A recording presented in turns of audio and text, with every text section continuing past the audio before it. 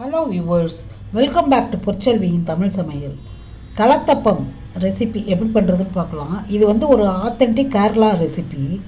நல்லா டேஸ்ட்டாக இருக்கும். ஸ்வீட் ஆப்பம் மாதிரி இருக்கும். செய்கிறது ரொம்ப ஈஸி. பெரிய பாகு பதம் அது இது தேவையில்லை. 2 கப் பச்சரிசி 2 மணி நேரம் ஊற வச்சுக்கலாம். 1/2 கப் தேங்காய் பூ எடுத்துக்கலாம். ஒரு 1/4 டீஸ்பூன் ஏலக்காய் பொடி எடுத்துக்கலாம். 1/4 டீஸ்பூன் சோடா மாவு, 1/2 கப் சாதம், ஒரு 1/4 டீஸ்பூன் சால்ட்டு, ஒரு கட் பண்ண தேங்காய், ஒரு 1/2 கப்பு நெய் எடுத்துக்கலாம். 1 கப்பு வெல்லத்தை ஒரு 1/4 கப்பு தண்ணி விட்டு ஊற வச்சுக்கலாம். அப்புறம் மிக்சியில் வந்து அரிசியை போட்டுக்கலாம். சாதத்தை போட்டுக்கலாம். அடுத்தது வந்து தேங்காய் பூவை போட்டுக்கலாம். இது எல்லாத்தையும் நல்லா அரைச்சி எடுத்துக்கலாம். நல்லா மைய அரைக்கணும். அதுக்கு இடையில் வந்து நம்ம வெல்லம் ஊற வச்சுருக்கோம்ல, அதை வந்து அடுப்பில் வச்சு நல்லா அது கரைகிற அளவுக்கு நல்லா கொதிக்க வச்சு இறக்கி வச்சுக்கலாம். இதுக்கு எதுவும் பாகு பதமெல்லாம் தேவையில்லை. வெல்லத்தை கொதிக்க வச்சு ஆற வச்சுக்கலாம். இப்போ வந்து நம்ம மாவை ஒரு மிக்சிங் பவுலில் சேர்த்துட்டு சால்ட்டு, சோடா மாவு, ஏலக்காய் பொடி சேர்த்துக்கலாம்.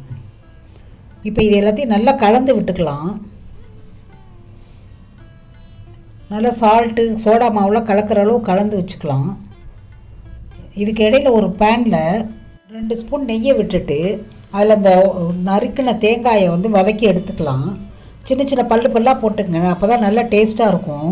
இந்த ரெசிபிக்கு வந்து நல்லா டேஸ்ட்டு கொடுக்குறதே இந்த தேங்காய் தான். நல்லா ஒரு பொன் முருகலாக ஆற வரைக்கும் வறுத்து எடுத்துக்கலாம். வறுத்து இதையும் ஆற வச்சுக்கலாம்.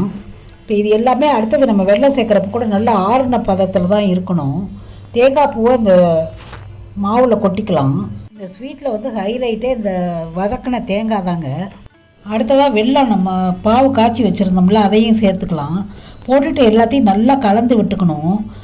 தண்ணி வேணும்னா கொஞ்சம் ஆட் பண்ணிக்கிட்டு நல்லா தோசை மாவு பதத்துக்கு அதை கொண்டு வந்துடணும்.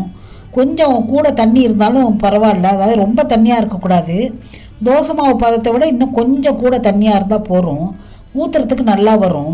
அப்புறம் ஒரு ஆப்பசட்டி அல்லது ஒரு எண்ணெய் சட்டியில் கொஞ்சம் வந்து தேங்காய் எண்ணெய் விட்டுக்கலாம். விட்டுட்டு ஒரு கரண்டி மாவு எடுத்து அதில் ஊற்றுங்க. ஊற்றிட்டு மூடி போட்டுருங்க. நல்லா வந்து பொன்முருகலாக வந்துடும் அடிபாகம். அப்புறம் அதை நல்லா திருப்பி விட்டுறணும்.